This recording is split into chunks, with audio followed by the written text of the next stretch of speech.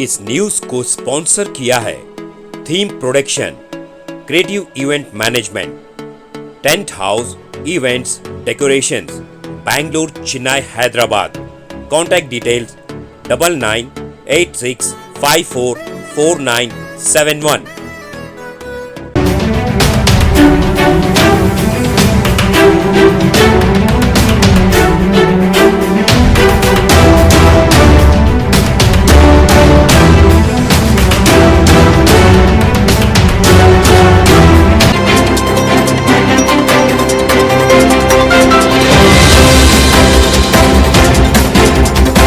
Karnataka communist party of India Gulbarga जिले शाख की जानिब से गुलबर्गा शहर के अंजुमन तरक्की उर्दू हिंद शाख के कॉन्फ्रेंस हॉल में बीजेपी को हराओ दस्तूर बचाओ प्रोग्राम का इनेकाद अमल में आया।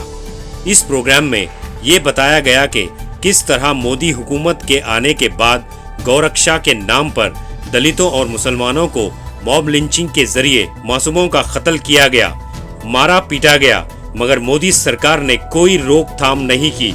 इस प्रोग्राम में बात करते हुए सीपीआई के लीडर ने कहा कि 5000 साल कबल जिस तरह मनुस्मृति को लेकर ब्राह्मणों ने दलितों को जिस तरह गांव के बाहर रखकर उनका शोषण किया था, उस प्रथा को आरएसएस और बीजेपी आगे बढ़ा रही है।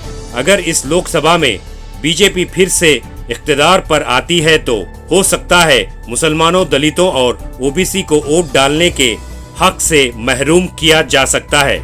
इस प्रोग्राम को मुनक्किद करने का अहम मकसद इस मर्तबा लोकसभा इलेक्शन में बीजेपी को हराना और मुल्क के दस्तूर को बचाना था।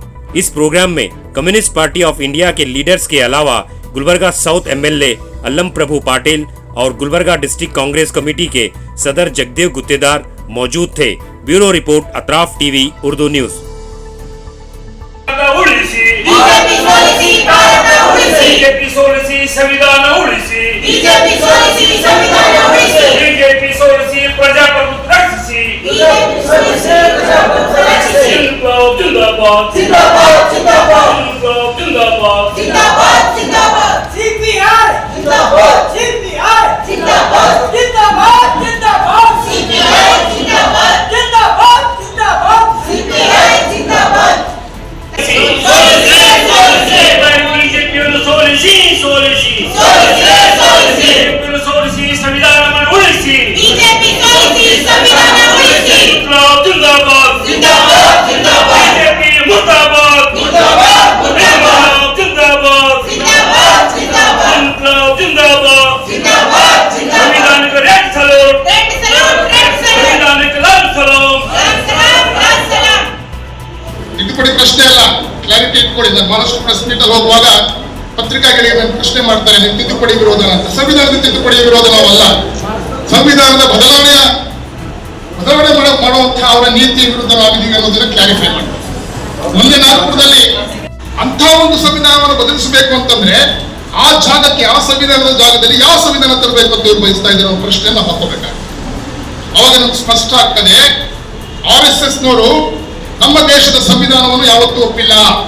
ಅದರ ಅವರು ಆನ್ಲೈನ್ ಪತ್ರಿಕೆಯಲ್ಲೇ ಬರೆದಿದ್ದಾರೆ, ಅದೆಲ್ಲ ಡಾಕ್ಯುಮೆಂಟ್ಸ್ ಬೇಕಂತ ನಾವು ನಮ್ಗೆ ಕೊಡ್ತೀವಿ. ಆ ನಂತರ ಅವರು ನಾವು ರಾಷ್ಟ್ರಧ್ವಜ ಅಂತ ಇವತ್ತು ನಾವೇನು ಅನ್ಕೊಂಡಿದೀವಿ, ನಮ್ಮ ರಾಷ್ಟ್ರಧ್ವಜವನ್ನು ಕೂಡ ಒಪ್ಪಿಲ್ಲ. ಅವರು ಬಯಸ್ತಾ ಇದ್ದಂತ ಸಂವಿಧಾನ ಏನು ಅಂತಂದ್ರೆ ಮನುಸ್ಮೃತಿ ಆಧಾರದಲ್ಲಿ ಇರ್ತಕ್ಕಂಥ ಶ್ರೇಣೀಕೃತ ಸಮಾಜದ ವ್ಯವಸ್ಥೆ ಇರ್ತಕ್ಕಂಥ ವಿಚಾರಣೆ ಇರ್ತಕ್ಕಂಥ ಸಂವಿಧಾನವನ್ನ ರಚನೆ ಆಗಬೇಕು ಅಂತಕ್ಕಂಥದ್ದು RSS ಅವರ ಒಂದು ಅಜೆಂಡಾ ಆಗಿದೆ. ಈಗೇನ್ ಹೇಳ್ತಾರೆ, ಅಜೆಂಡಾ RSS ನ ವಿಚಾರಧಾರೆಗಳನ್ನು ನಾವು ಜಾರಿ ಮಾಡ್ಲಿಕ್ಕೆ ಕೊಟ್ಟಿದ್ದೀವಿ ಅಂತ ಹೇಳ್ತಕ್ಕಂಥ ಬಿಜೆಪಿಯವರಿಂದ ನಮಗೆ ಸ್ಪಷ್ಟವಾದಂತ ಒಂದು ಸಂದೇಶ ಬರ್ತಾ ಇದೆ. ನೀವು ಮತ್ತೊಮ್ಮೆ ಗೆದ್ದು ಬಂದ್ರೆ ಈ ದೇಶದ ಬಾಬಾ ಸಾಹೇಬ್ ಅಂಬೇಡ್ಕರ್ ರಚನೆ ಆಗಿರ್ತಕ್ಕಂಥ ಸಂವಿಧಾನ ಜಾಗದಲ್ಲಿ ಮನುಸ್ಮೃತಿನ ತರ್ತೀರಾ. ಮನುಸ್ಮೃತಿ ಅಂದ್ರೇನು? ಅದ್ರಲ್ಲಿ ಶ್ರೇಣೀಕೃತ ಸಮಾಜದ ವ್ಯವಸ್ಥೆ ಇದೆ.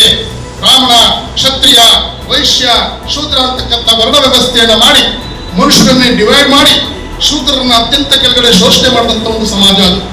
ಆ ಶೂದ್ರ ವರ್ಗದಲ್ಲಿ ಯಾರ್ಯಾರು ಬರ್ತೀವಿ? ನಾವೆಲ್ಲರೂ ಬರ್ತೀವಿ. ಯಾವ OBC, ಆದಿವಾಸಿಗಳು, ದಲಿತರು, ಮಹಿಳೆಯರು, ಬಡವರು ಇವರೆಲ್ಲ ಆವರಣಕ್ಕೆ ಬರ್ತೀವಿ.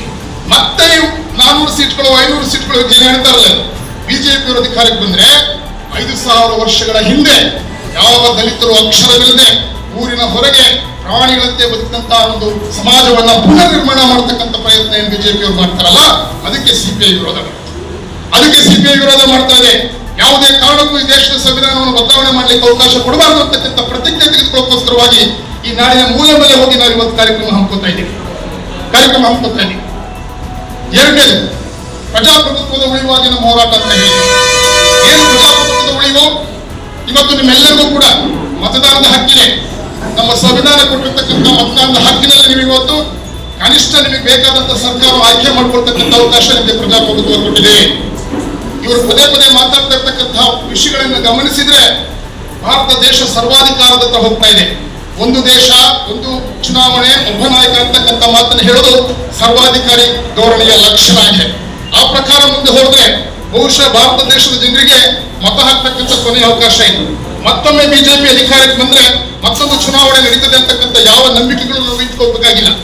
ಇದು ಒಂದು ಪ್ರಜಾಪ್ರಭುತ್ವದ ಅಪಾಯವಾದ್ರೆ, ಕಳೆದ ಲೋಕಸಭೆಯ ಅಧಿವೇಶನದ ಸಂದರ್ಭದಲ್ಲಿ 146 ಜನ ಸಂಸದರು ಅವರು ಸರ್ಕಾರದ ನೀತಿಗಳನ್ನ ಪ್ರಶ್ನೆ ಮಾಡಿದ್ದಕ್ಕೋಸ್ಕರವಾಗಿ 146 ಜನ ಸಂಸದರನ್ನ ಅಮಾನತು ಮಾಡಿ 2 ಗಂಟೆಗಳಲ್ಲಿ ಪಾರ್ಲಿಮೆಂಟ್ ಅಲ್ಲಿ ಯಾವುದೇ ಚರ್ಚೆ ಮಾಡದೆ ಹಲವಾರು ಪ್ರಮುಖ ಮಸೂದೆಗಳನ್ನು ಜಾರಿ ಮಾಡಿದ್ದು ನಾವು ನೋಡಿದ್ದೀವಿ.